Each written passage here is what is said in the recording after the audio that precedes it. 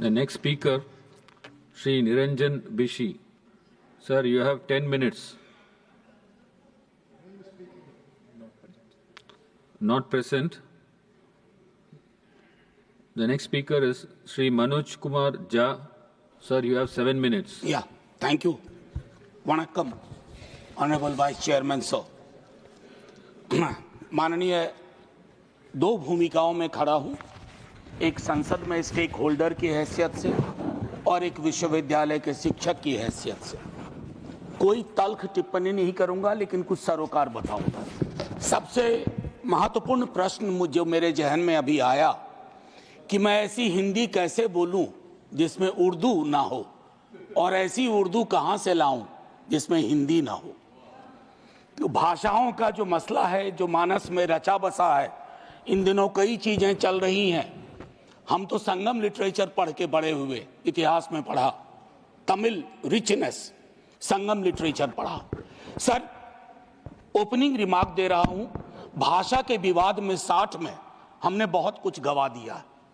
ये मुल्क साझा और बराबर की साइज की ईंटों से बना है। किसी ईंट की साइज को बड़ा दिखाने की कोशिश करेंगे, इमारत गिर जाएगी। इमारत बचाने का वक्त। मैं सिर्फ इतना कहना चाहता हूं, चाहे संस्कृत हो, तमिल हो, बांग्ला हो, मैथिली हो, भोजपुरी हो, हिंदी हो, भाषाएं सरकार के प्रोत्साहन से नहीं बढ़ती हैं, भाषाएं लोक माध्यम से बढ़ती हैं। और अगर हिंदी भाषा बढ़ी है तो लोक माध्यम से बढ़ी है, छोटे छोटे गानों से बढ़ी है। पखवाड़ा मनाने से हिंदी नहीं बढ़ी है, फोर्टनाइट मनाने से नहीं बढ़ी है। सब ये मेरी पहली बात थी। लेकिन खैर क्या कहूं, मकतबे इश्क का दस्तूर निराला देखा, उसको छुट्टी न मिली जिसने सबक याद किया। तो ये हालात इन दिनों है कई सारी चीजों में। एक मैं मानता हूं कि शायद हमारे दिग्विजय सिंह जी, हमारे सीनियर, वो एक लंबी लकीर खींच गए, तो मैं बहुत चीजें दोहराऊंगा नहीं। मैं सिर्फ चिंतित हूं, मैं इससे पहले के एजुकेशन पॉलिसी का क्या हश्र था नहीं जानता, लेकिन इस सदन में न्यू एजुकेशन पॉलिसी पे व्यापक चर्चा नहीं हुई है। सदन को इससे महरूम करना क्या ये उचित है? मैं ये सवाल छोड़ता हूं सदन के विवेक पे और सरकार के विवेक पे। सर, इस पूरे दस्तावेज में कई मिसमैच हैं। दस्तावेज की शक्ल और वैचारिक रुझान की, पेडागॉजी और टेक्नोलॉजी के मिसमैच की, लैंग्वेज को लेकर के एक बात मैंने कह दी, उसी को थोड़ा खुलासा करता हूं। सर, मदर टंग वाली बात बहुत बेहतर है कि 5वीं क्लास तक मदर टंग में शिक्षा दी जाए, लेकिन हम बाबा साहब भीमराव अंबेडकर को याद करें। उनके वक्त में जो सच था वो आज भी सच है, क्योंकि सोशल इकोनॉमिक मोबिलिटी के लिए अंग्रेजी एक भाषा है, उसके प्रति दृष्टिकोण भी हमें साफ करना होगा। भाषाएं किसी की बपौती नहीं होती है, भाषा लोक जीवन से उभरती है और भाषाएं लोक जीवन को समृद्ध करती हैं। अब doubling the gross enrolment ratio की बात हुई 2035 तक संभवतः इस दस्तावेज में, तो उसमें मुझको लगता है कि उस हिसाब से अगर इसको अचीव करना है तो प्रति सप्ताह 15 वर्ष तक नए विश्वविद्यालय खोलने होंगे। अब आइए सर, मैं एक महत्वपूर्ण विषय पे आता हूं, और इस विषय पे संभवतः मैं 50 बार बोल चुका हूं। सर, एक चीज होती है एनएफएस, ये एकलव्य ढूंढने का नया तरीका हो गया, नॉन फाउंड सूटेबल। मैं नहीं कह रहा, कमिटी कह रही है, committee on welfare of schedule caste and schedule tribe. उन्होंने कहा जो ये स्टीरियोटिपिकल रिस्पॉन्स आता है कि सूटेबल कैंडिडेट नहीं मिले, ये बिल्कुल गलत है सर। कमिटी ने कहा ये एक्सेप्टेबल नहीं है। यही बात कमोबेश ओबीसी रिक्रूटमेंट पर लागू होती है। मैं माननीय शिक्षा मंत्री जी से, माननीय नेता सदन लगातार बैठे हुए हैं, सर आग्रह करूंगा, ये महामारी सब कुछ लील जाएगी। ये मध्ययुगीन व्यवस्थाओं की महामारी है जो आधुनिक चोला पहन चुकी है। इस चोले को उतरवा के फेंकवा दीजिए, अन्यथा बहुत मुश्किल होगी। महोदय, गुजरात बड़ा समृद्ध राज्य है, हमेशा नजरें इनायत रही हैं आज़ादी के बाद से ही, लेकिन आज बड़ी खुशी हुई कि हमारा बिहार जैसा पिछड़ा राज्य भी, बिहार गुजरात के साथ एक कैटेगरी में साथ साथ, और वो कैटेगरी है एनरोलमेंट इन हायर एजुकेशन, जहां हम बिहार, आसाम, गुजरात भाई भाई। बस ये एक चिंता का विषय था, मैंने कह दिया। और नीति आयोग की भी इसमें स्कूल एजुकेशन को लेकर के कुछ महत्वपूर्ण टिप्पणियां हैं। अब महोदय मैं एक आध मिनट ले लूं तो माफ कर दीजिएगा आज। Please spare me 1 minute extra if it is possible. Sir, priorities clear होनी चाहिए, कोई भी सरकार हो। आप एजुकेशन से क्या उम्मीद करते हैं? वो जो प्रीलिम्स सेट की बात की थी ना ऋतव्रता ने, वो हमारा एक नजीर होना चाहिए। और मुझको लगता है कि सार्वजनिक क्षेत्र के विद्यालयों, मैं एक सरकारी स्कूल का पढ़ा हुआ हूं, हिंदी मीडियम से पढ़ा 10वीं तक। 11वीं में अंग्रेजी से पहली बार राब्ता हुआ। सर मुश्किल आई, क्वींस लैंग्वेज की अपनी दिक्कतें हैं, लेकिन सर सरकारी स्कूलों के, मैं अपने ही स्कूल को आज जब वापस जाके देखता हूं, क्या बना के रख दिया हमने। मुझे निजी क्षेत्र को के खिलाफ मत समझा जाए, लेकिन एक संतुलन होना चाहिए। दुनिया के तमाम उन देशों ने एजुकेशन और हेल्थ में सबसे अच्छा किया है जिन्होंने सार्वजनिक क्षेत्र के को बढ़ोतरी दी है, उसको प्रोटेक्ट किया है। एनटीए के बारे में कई दफा बोल चुका हूं सर।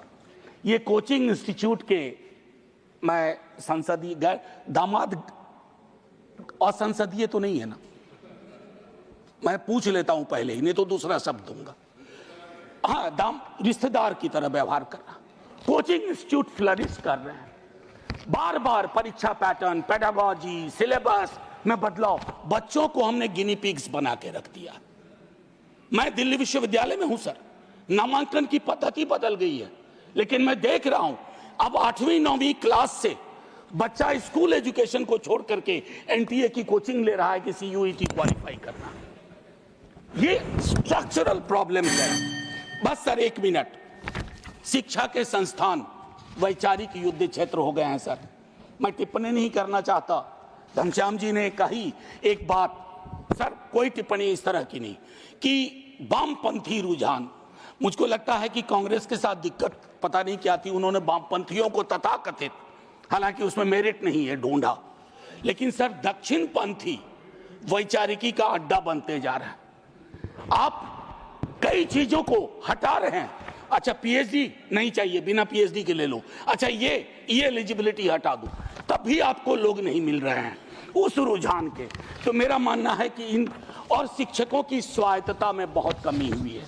मैं प्रोन्नति के सवाल पे 100 चीजें कह सकता हूं, अपॉइंटमेंट पे 100 चीजें कह सकता हूं। देख रहा हूं कैसे शिक्षक विक्टिमाइज हो रहे हैं। और सर नॉलेज पार्क की तर्ज पर, एसईजेड की तर्ज पर नॉलेज पार्क बना करके आपको यह सोचना होगा कि शिक्षा और इंडस्ट्री में थोड़ा फर्क है। इसको उद्योग और सिर्फ निवेश की नजर से मत देखिए, क्योंकि इसका पहले नाम था ह्यूमन रिसोर्स डेवलपमेंट। भले नाम बदल गया हो, लेकिन उस संकेत को याद रखा जाए। केंद्रीकरण आपकी स्वाभाविक प्रवृत्ति है। जब बड़ी सत्ता आती है तो हर किसी को लगता है कि इसको मुझको हथिया लेना चाहिए। नैक के बारे में विस्तार से हमारे दिग्विजय सिंह जी बोल चुके हैं। ऐसे लोग आप बिठाते हैं, ऐसी व्यवस्थाएं होती हैं। नैक में सर क्या होता है, मैंने भी अपने टाइम में एक नैक देखा है मेरे विश्वविद्यालय में, बता नहीं सकता हूं सर। एकदम जैसे शादी ब्याह में रिश्तेदारी में जाने पर वो जो गिफ्ट का आदान प्रदान होता है, वो सारी चीजें होती हैं। और कई विसंगतियों के बावजूद उस संस्थान को A+ या A मिल जाता है। रिविजिट करिए। धर्मेंद्र, माननीय शिक्षा मंत्री जी से कहूंगा, शिक्षा मंत्री और रेल मंत्री सबसे डिफिकल्ट काम है इस देश में। आप एक महत्वपूर्ण पद पे हैं। मैं आपसे कहूंगा, आपकी सरकार नहीं होगी, लेकिन इस नीति का प्रभाव रहेगा। इसलिए कोशिश किया जाए हम सबको कि हम सब ऐसी व्यवस्था विकसित करें जहां खुले मन से बोलने के लिए कोई बंद न कर दिया जाए। डेमोक्रेसी की एक परिभाषा है sir, true democracy is one where you are not closed for being open. आखिरी 30 सेकंड मैं एक और चीज कहूंगा सर। संजय जी कह के गए, मैं विवाद में ही नहीं, मैं हिस्ट्री का स्टूडेंट हूं सर। कभी उस पर बहस होगी मुगल सल्तनत और अन्य रूलर्स पे तो विस्तार से बोलूंगा, लेकिन आज एक टिप्पणी करता हूं सर। इतिहास के बासी पन्नों में जा करके अगर हम आज की चुनौतियों में पर्दा डालने की कोशिश करेंगे, उन बासी पन्नों के नायक और खलनायक आपकी चुनौतियों में आपकी मदद नहीं करेंगे। अद्भुत विसंगति है, अद्भुत विसंगति है कि औरंगजेब पे टिप्पणी तो सदन से बाहर और महात्मा गांधी के हत्यारों का महिमा मंडन तो सदन के अंदर। सर आखिरी में मैं यही कहूंगा कि सब मेरे चार सर ये उनको